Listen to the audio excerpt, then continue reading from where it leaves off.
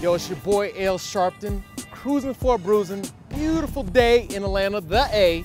We're chilling little 5 points, funky fresh little 5 points, I should say. We're gonna go ahead and have some brews, and we're gonna go to the Porter, which is arguably the best beer bar in the world. Let's find out why. Let's go chill.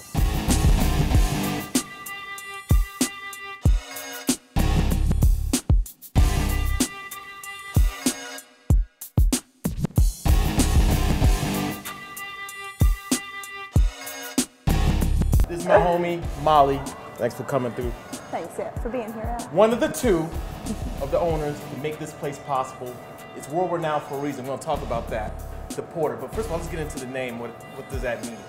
Well, Nick and I were reading the same book by Marco Pierre White, and it talked about how actually they gave the dishwasher, which is called a porter, money to go out and buy drugs, and the dishwasher never came back. We thought, oh, how cool is that to like name a restaurant after honoring the dishwasher, because we all know you don't make it very far in the restaurant industry if you don't have a dishwasher. Okay. So, and Porter's also my favorite beer. So let's talk about this crazy beer list.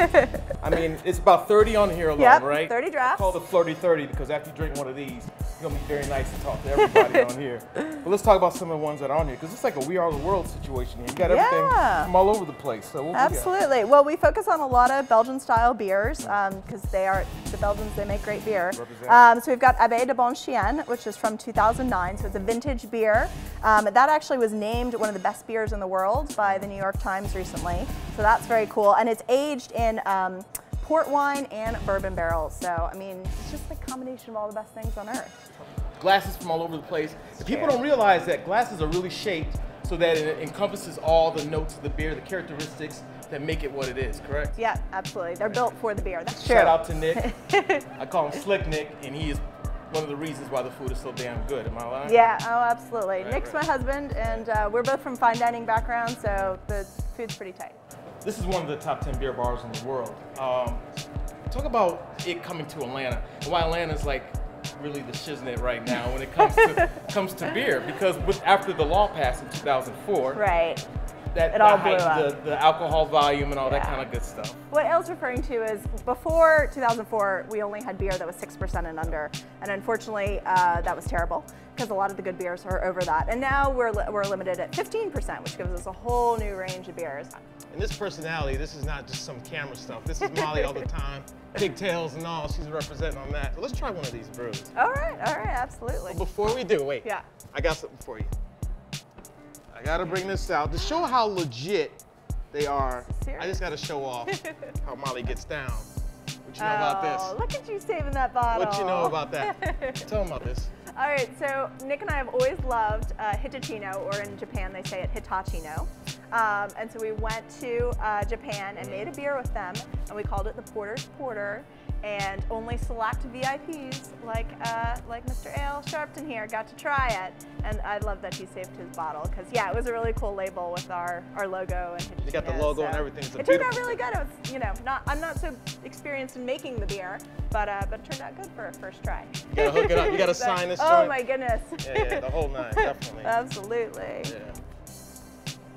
So if you go to Japan to brew your beer and bring it back, you can't, I mean, what can you say to that? That's just the passion and love for beer. We love it.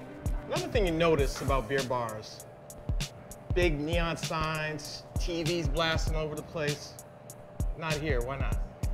Because we gotta get enough good beer and good food, you know, that we expect you to focus on that and maybe have a good conversation. That's it, people do talk. It's always just, you come in, it's just the aura of conversation. So it's really a place to really unwind and actually express yourself. So that's what I love too about the Porter.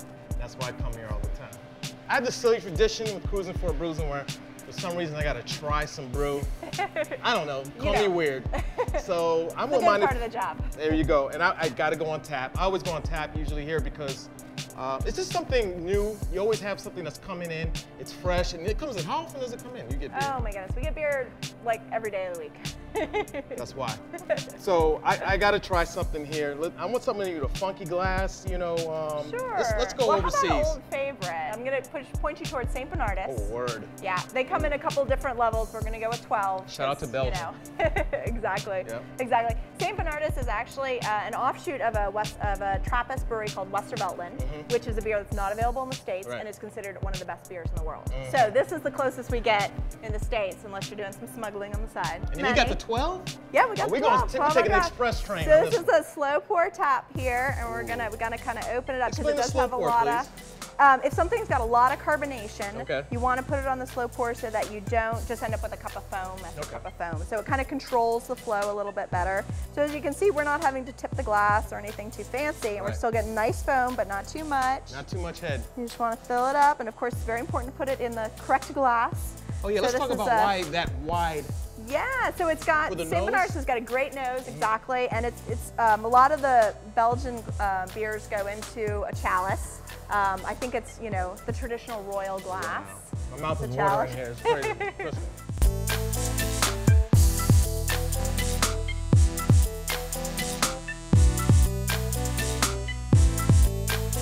All right, it's only right to toast with somebody. Exactly. Before I do, I wanted to emphasize one other point here.